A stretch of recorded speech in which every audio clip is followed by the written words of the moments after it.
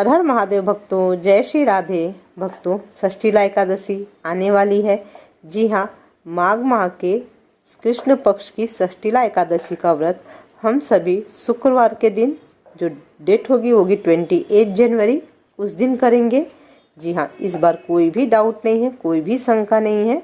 आप सभी शुक्रवार के दिन व्रत करें, 28 जनवरी के दिन। और जो पारण करना है ना, वो होगा 29 जनवरी को सुबह 7:14 से लेकर के 9:29 के बीच का समय। जी हाँ, मध्य का समय। एक बात याद रखें, ये समय मुंबई वालों के लिए है। अगर आपको आपके शहर का पारण समय नहीं पता है तो आप मुझे कमेंट बॉक्स में अपने शहर का नाम बता दें, या फिर आप मुझे मेरे व्हाट्सएप पे भी मैसेज कर सकते हैं।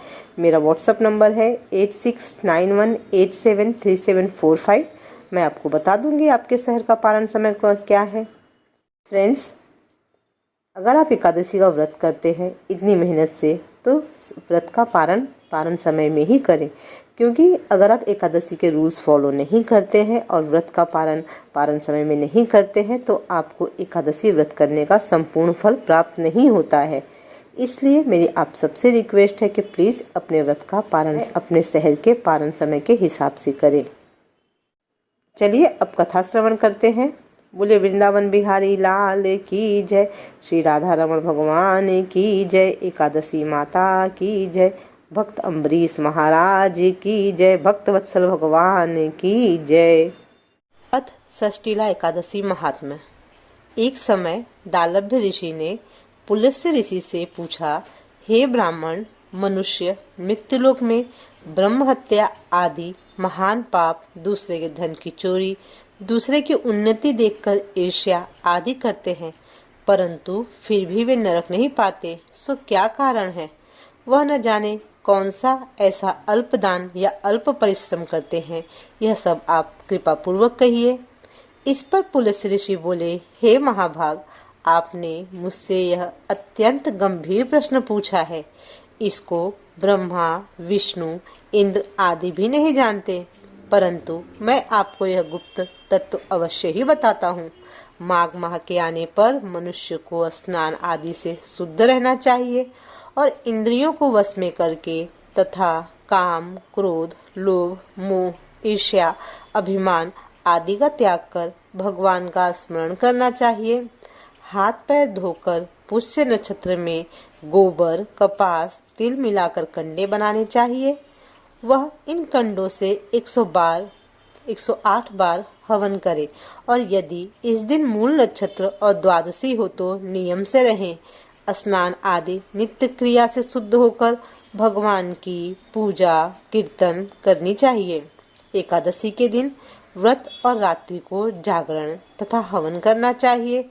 दूसरे दिन धूप दीप नैवेद्य से भगवान की पूजा कर खिचड़ी का भोग लगाना चाहिए।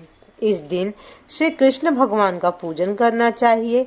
पेठा, नारियल, सीताफल या सुपारी सहित अर्घ्य देना चाहिए और फिर स्तुति करनी चाहिए।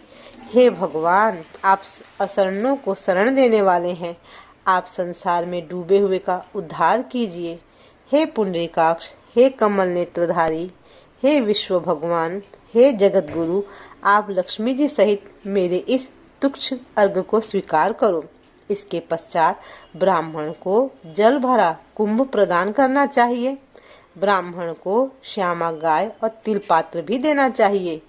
तिल स्नान और भोजन में श्रेष्ठ है, अतः मनुष्य को तिल का दान भी करना चाहिए। इस प्रकार जो मनुष्य जितने तिल का दान करता है वह उतने ही वर्ष स्वर्ग में निवास करता है। तिल स्नान, तिल का उपटन, तिल का हवन, तिलोदक, तिल का भोजन, तिल का दान, यह षष्ठीला एकादशी कहलाती है।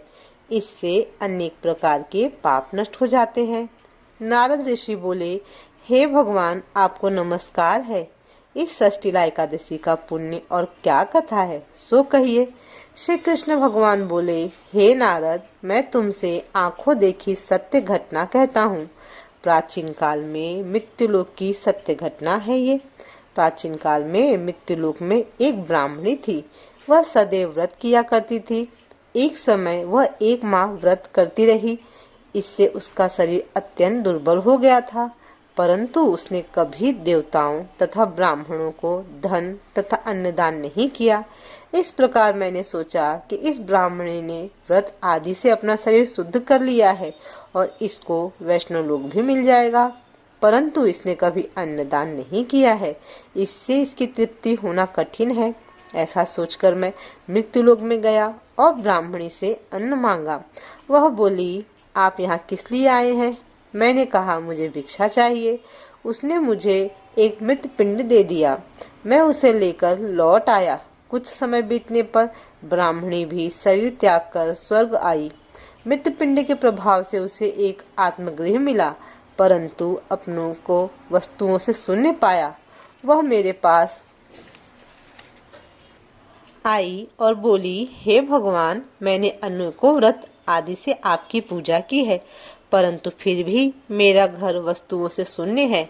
मैंने कहा, तुम अपने गृह जाओ और जब देव स्त्रियां तुम्हें देखने आएंगी तब तुम उनसे षष्ठीला एकादशी का पुण्य और विधि सुन लो, तभी द्वार खोलना।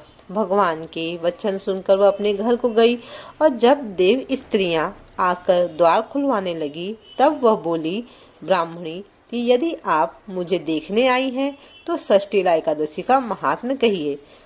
उनमें से एक देव स्त्री बोली, सुनो, मैं कहती हूँ। जब उसने षष्ठीला एकादशी का महात्म्य सुना दिया तब उसने द्वार खोला। देव स्त्रियों ने उसको सब स्त्रियों से अलग पाया।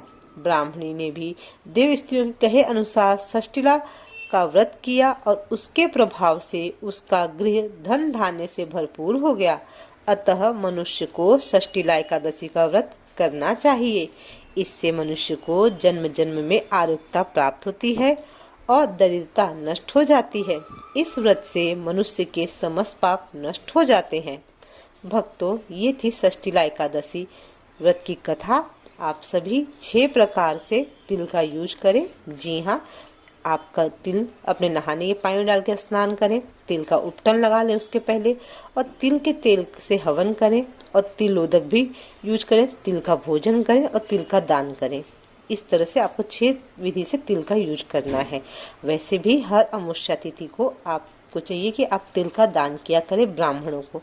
ऐसा करने से ना हमारे संचित पापों का क्षय होता है। तो अब मैं अपनी वाणी को यहीं विश्राम दूंगी। प्रभु श्री हरि माता हरि प्रिया से प्रार्थना है कि वो आप पर, मुझ पर, हम सब पर अपनी कृपा बनाए रखें। जय श्री राधे। हर हर महादेव। एकादशी माता की जय। भक्त अम्बरीश महाराज की जय। भक्त वत्सल भगवान की जय।